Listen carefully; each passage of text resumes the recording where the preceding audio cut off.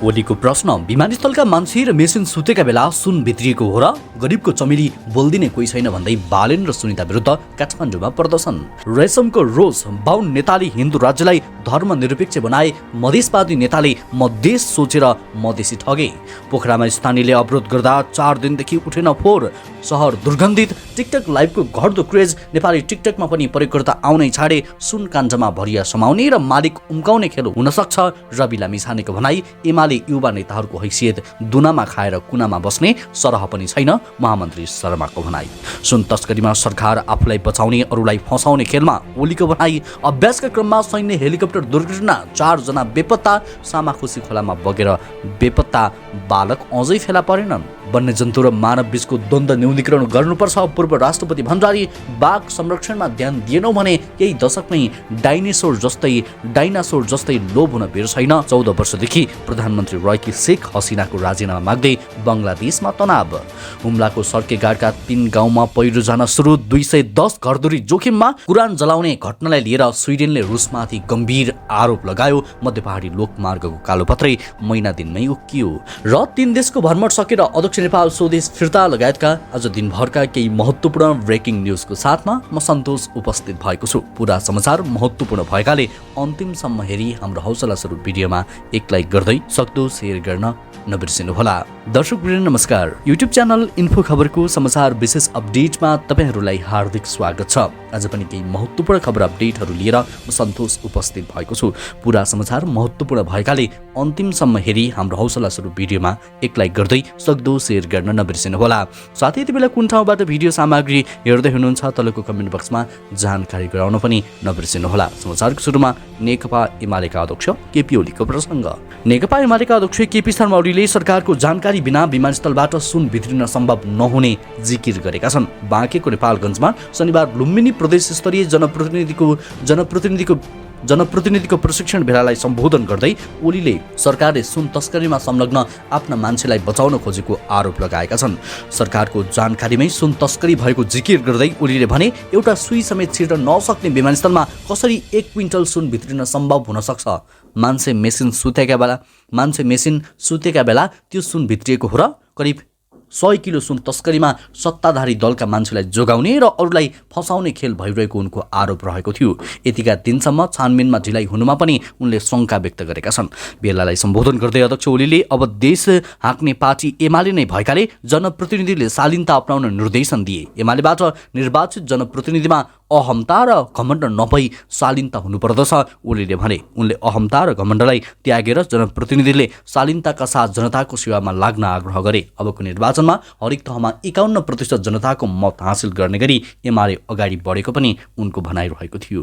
त्यस्तै बरको समाचार, आफूहरूलाई गरी खान दिनुपर्ने माग गर्दै फुटपाथ व्यवसायीले काठमाडौँ महानगरपालिकाको कार्यालय बाहिर प्रदर्शन गरेका छन्। उनीहरूले गरिबको चमेली बोल्दिने कोही छैन भन्ने नाराका साथ मेयर उपमेयरको कार्यालय रहेको राष्ट्रिय सभागृह अगाडि प्रदर्शन गरेका हुन्। उनीहरूले सडक व्यवसायलाई पुनर्स्थापना गर्नुपर्ने, गरिबलाई काम गर्न दिनुपर्ने, गरिब होइन गरिबी हटाउ लगायतका नारा लेखेको प्लेकार्डसहित प्रदर्शन गरेका थिए। प्रदर्शनमा सहभागी एक फुटपाथ व्यवसायीले आफूहरूलाई व्यवसाय गर्ने ठाउँ महानगरपालिकाले तोकिदिनुपर्ने माग गरेका छन्। उनीहरूले गरिब होइन गरिबी हटाउ भन्दै आफूहरूको सुरक्षाको माग गरेका हुन्। त्यस्तै बरको समाचार, पर्यटकीय सहर पोखरामा 4 दिनदेखि फोहोर नउड्दा दुर्गन्ध फैलिएको छ। पोखरा महानगरपालिकाले अस्थायी ल्यान्डफिल साइट बनाएको वडा नम्बर 32 मा स्थानीयले फोहोर लैजान अवरोध गरेपछि यही साउन 10 गतेदेखि बजारको फोहोर उठ्न नसकेको हो। पोखराका मुख्य बजार अवरोध गरेपछि यही साउन 10 गतेदेखि पोखराको फोहोर उठ्न सकेको छैन। पोखराका मुख्य बजार क्षेत्र चिप्लेढुङ्गा, महेन्द्रपुल, न्यू रोड, नयाँ बजार, सिर्जना चोक लगायतका क्षेत्रको सडकमै फोहोर थुप्रिएको बताइएको छ। पोखरामा अन्तर्राष्ट्रिय विमानस्थल सञ्चालनसँगै विमानस्थल नजिकैको वर्षौँदेखिको ल्यान्डफिल साइटमा फोहोर लैजान रोकिएको थियो। त्यसपछि महानगरले अस्थायी रूपमा वडा नम्बर 32 लामे आहाल स्थित सेती नदी किनारमा बजारको फोहोर व्यवस्थापन गर्दै आएको थियो। स्थानीयले लामे आहालमा महानगरले फोहोर व्यवस्थापनका लागि पूर्वाधार नबनाएको, सडकमा जथाभावी फोहोर फालेको र प्रभावित क्षेत्रका बासिन्दाहरूसँग गरेको सम्झौता कार्यान्वयन नगरेको भन्दै लैजान अवरोध गरेका छन्। महानगरले 6 महिनाभित्रमा फोहोर व्यवस्थापनका लागि स्थायी व्यवस्था गर्ने प्रतिबद्धता जनाए पनि हालसम्म कुनै काम अघि नबढाएको स्थानीयले आरोप लगाएका छन्। स्थानीयको अवरोधपछि पर्यटकीय सहरको फोहोर सडकबाट नउड्दा पोखरा बजार दुर्गन्धित बनेको छ। पुस दोस्रो सातादेखि लामे आहाल स्थित सेती नदी किनारमा रहेको अस्थायी ल्यान्डफिल साइटमा महानगरले फोहोर मैला व्यवस्थापन गर्दै आएको छ। त्यस्तै वर्ग समाचार राष्ट्रिय स्वतन्त्र पार्टी रासपाका सभापति रवि लामिछानेले क्विन्टल सुन प्रकरणमा भरिया समाउने र मालिक उम्काउने खेल हुन सक्ने बताएका छन्। चितवनको भरतपुर विमानस्थलमा सञ्चारकर्मीहरूसँग कुराकानी गर्दै उनले सुन काण्डमा सरकारले चित्त बुझ्दो काम गर्न नसकेको उल्लेख गरे। भरिया समाउने र मालिक उम्काउने खेल हुन सक्छ, सबैजना सचेत रहनुहोला लामिछानेले भने। भ्रष्टाचारका मामलामा सरकारले केही गर्न खोजेको हो कि जस्तो देखिएको छ। केही राम्रा सङ्केतहरू पनि देखिएका छन्, तर ती पर्याप्त छैनन्। उनले हाल सरकारले संसदलाई पर्याप्त बिजनेस दिन नसकेको पनि बताएका छन्। उनले सरकारको मूल्याङ्कन गर्न धेरै आधार हुने उल्लेख गर्दै सुशासनका लागि चाल्न खोजेका कदम सकारात्मक भएको उनले बताएका छन्। त्यस्तै वर्ग समाचार नागरिक उन्मुक्ति पार्टीका संस्थापक रेशमलाल चौधरीले 90% हिन्दू धर्मावलम्बी रहेको नेपाललाई हिन्दू राज्य कायम गर्न आफू सहमत भएको बताएका छन्। नेपाल प्रेसको विशेष प्रस्तुति नेपाल टकमा अन्तरसँग कुराकानी गर्दै थरुहट आन्दोलनका क्रममा 9.5 वर्ष जेल बसेका चौधरीले थरुहट पहिचान दिन कन्जुसाइ गर्ने हिन्दू ब्राह्मण नेताहरूले नै नेपालको पहिचान मेटेर धर्मनिरपेक्ष राज्य घोषित गरेको आरोप लगाएका छन्। हिन्दू राज्यबारे चौधरीले भने, हामीले पहिचान मागेको जम्मै थरुहट राज्यको नाम देऊ भनेको हो। यसो भन्दा हामीलाई दमन गर्नेहरूले नै 90% ओमकार परिवार रहेको देशलाई हिन्दू राज्यबाट धर्मनिरपेक्ष बनाएका हुन्। हामीलाई त हिन्दू राज्य मान्न कुनै समस्या छैन। यिनै नेताले हिन्दू राज्य फालेर अहिले बाउ आमा लिएर मठ मन्दिर जाँदैछन्। हामी थारू हौँ र हाम्रो संस्कार नै हिन्दू हो। प्रकृति पूजक हौँ। हामीले शिव पार्वती पुज्छौँ। हाम्रो तन्त्र मन्त्रमा ब्रह्मा विष्णु महेश्वरकै प्रसङ्ग छ।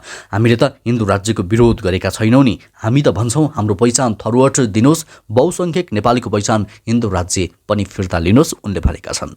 त्यस्तै वर्ग समाचार पूर्व राष्ट्रपति विद्यादेवी भण्डारीले बाघको सङ्ख्या बढेसँगै वन्यजन्तु र मानव बीचको द्वन्द्व न्यूनीकरण गर्नेतर्फ ध्यान आकर्षण गराएका छन्। विश्व बाघ दिवसको अवसरमा शुभकामना दिँदै उनले बाघको सङ्ख्यासँगै मध्यवर्ती क्षेत्रमा बाघको आक्रमणबाट मानिसको मृत्यु हुने घटना वृद्धि भएको भन्दै चिन्ता व्यक्त गरेकी छन्। उनले दिवसका अवसरमा वन्यजन्तु र मानव बीचको द्वन्द्व न्यूनीकरण गर्नेतर्फ सम्बन्ध सबै पक्षको ध्यान आकर्षण गराइन्।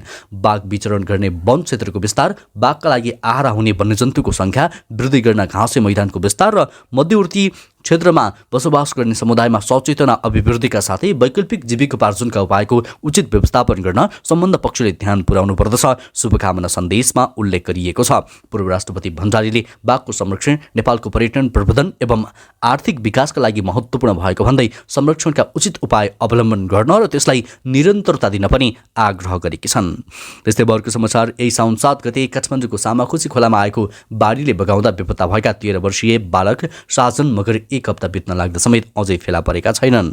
खोलाले बगाउँदा बेपत्ता भएका बालकको खोजी कार्यका लागि नेपाल प्रहरी, सशस्त्र प्रहरीको विपद व्यवस्थापन टोली तथा गोताखोर टोली तालिम प्राप्त कुकुरको सहयोगमा खोजी कार्यमा खटिएको भए पनि अहिलेसम्म फेला पार्न नसकेको जिल्ला प्रहरी परिसर काठमाडौँका प्रहरी तथा प्रहरी वरिष्ठ उपरीक्षक दान बहादुर कार्कीले बताए। उनले भने, विपद व्यवस्थापनको टोलीले तालिम प्राप्त कुकुरको सहयोगमा सामाखुसी खोला पुरै खोजी कार्य गरेको र गोताखोरले हिलोमा समेत छिरेर खोजी कार्य गर्दा समेत फेला पार्न सकेको छैन। यहाँबाट बगेर जान सक्ने क्षेत्रमा रहेका प्रहरी युनिटमा समेत हामीले खबर गरेका छौँ, अहिलेसम्म फेला परेको छैन, उनले भनेका छन्।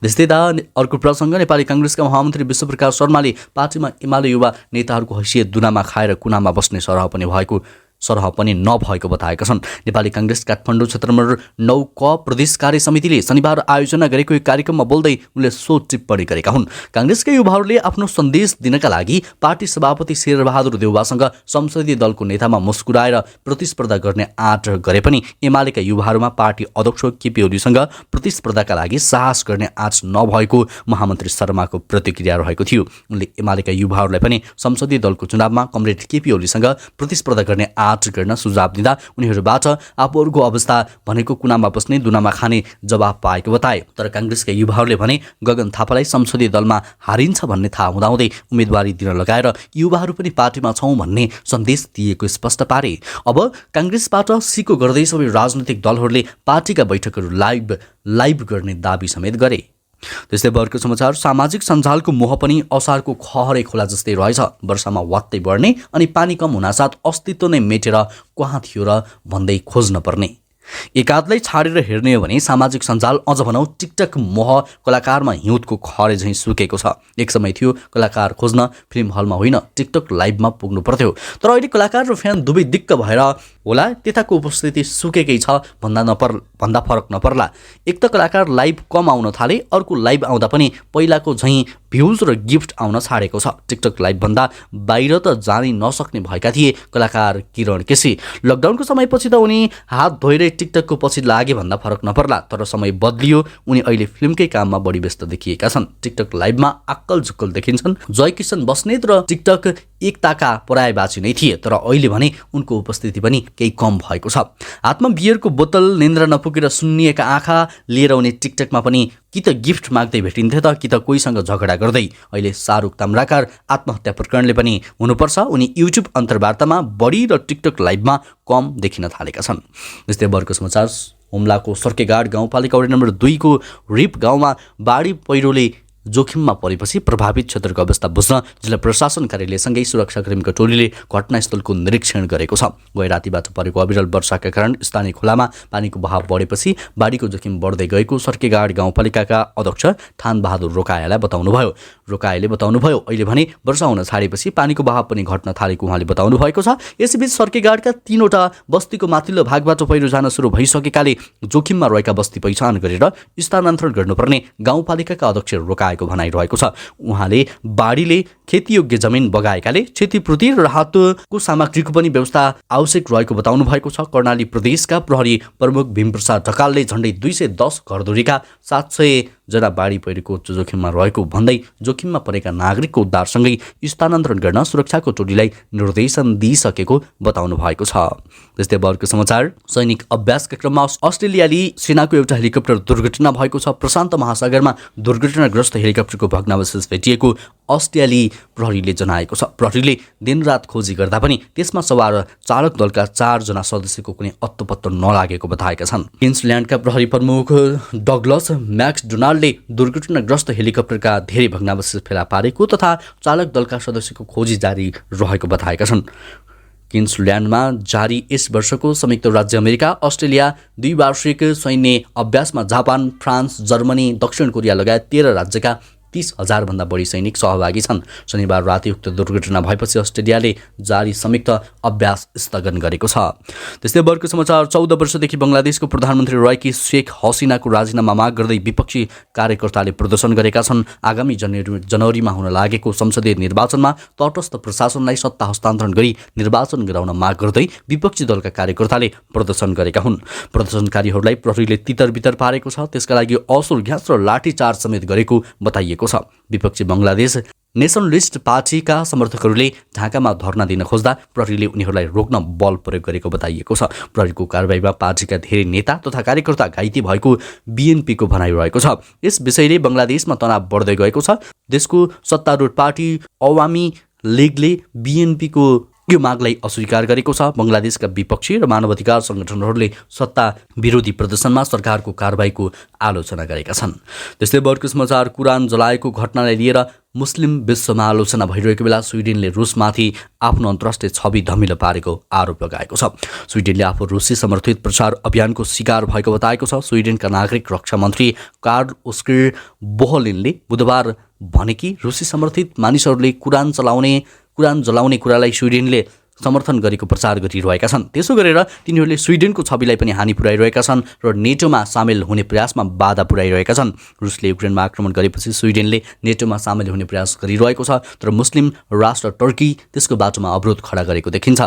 जनवरीमा कुरान जलाएको घटनाको बारेमा टर्कीका राष्ट्रपति रेसेप तय्यप एर्डोगानले भने कि स्विडेनमा कुरान अपमानका घटनाहरू भइरहँदा टर्कीले स्विडेनलाई नेटोमा सामेल हुन समर्थन गर्दैन। त्यस्तै राष्ट्रिय गौरवको आयोजना मध्यपहाडी लोकमार्ग अन्तर्गत बागलुङ खण्डमा पर्ने करिब 142 किलोमिटर मध्ये अधिकांश सडक कालोपत्रे भइसकेको छ। बागलुङ घोडाबाँधे सडकको 15 किलोमिटर सडक कालोपत्रे गर्न बाँकी छ। वर्षौं अगाडि कालोपत्रे भएको घोडाबाँधे गलकोट खण्ड जीर्ण बनेपछि अहिले मर्मत भइरहेको छ। निर्माण कम्पनीले केही दिनमै काम सक्ने गरी तीव्रता दिए पनि मर्मत भएका केही ठाउँमा बीच भागमै कालोपत्रे उक्किएको छ। 1 महिना नबित्दै कालोपत्री उब्किन थालेपछि स्थानीयले निर्माण कम्पनी र सरकारवाला निकायले लापरवाही गरेको आरोप लगाएका छन्। विक्रमसम्वत 2079 असार 22मा लोकमार्ग कार्यालयसँग सम्झौता गरी जोशी निर्माण कम्पनी काठमाडौँले थालनी गरेको थियो। निर्माण कम्पनीले कालोपत्री गरेको लोकमार्गको नरठाँची, काफलचुटा, झाँक्री लगायतका ठाउँमा उब्किएको यात्रु तिलबहादुर खत्रीले बताएका छन्। यस क्षेत्रमा कालोपत्री भएको महिना दिन पनि नपुगेको भन्दै उनले यसरी काम गर्दा गर्दै कालोपत्री उब्किँदा आवागमनमा शास्ति भएको बताएका छन्। त्यस्तै आजको अन्तिम समाचार नेपाल कम्युनिस्ट पार्टी एकीकृत समाजवादीका अध्यक्ष एवं पूर्व प्रधानमन्त्री माधव कुमार नेपाल विभिन्न 3 मुलुकको भ्रमण सम्पन्न गरी स्वदेश फिर्ता भएका छन्। त्रिदेशीय भ्रमणका क्रममा उनी गत आइतबार इन्डोनेसिया प्रस्थान गरेका थिए। अन्तर्राष्ट्रिय कम्युनिस्ट पार्टीको बैठकमा सहभागी हुन इन्डोनेसिया पुग्नुभएका अध्यक्ष नेपालले कम्युनिस्ट पार्टीहरूको अन्तर्राष्ट्रिय बैठकमा विश्व परिवेशमा कम्युनिस्टको सिद्धान्तको अवस्था, देश विकासमा त्यसको प्रभाव र योगदानबारे विचार व्यक्त गरेका थिए। बैठकमा सहभागी भएर अध्यक्ष नेपाल मलेसिया र सिङ्गापुरको भ्रमणमा थिए। करिब 1 साताको भ्रमणमा उनले 3वटै मुलुकका शीर्ष नेताहरूसँग भेटघाट गरी तथा 2 देशका हितका बारेमा छलफल गरेको पार्टीको पोलिट ब्युरो सदस्य दिलु पन्तले जानकारी दिएका छन्। हवस् त दर्शकवृन्द, यो खबर सँगसँगै अहिलेलाई केही चर्चामा रहेका महत्त्वपूर्ण खबर अपडेटको श्रृङ्खला यति नै। पलपलको न्युज अपडेटका लागि हाम्रो च्यानललाई सब्स्क्राइब गर्नुहोला। नमस्कार।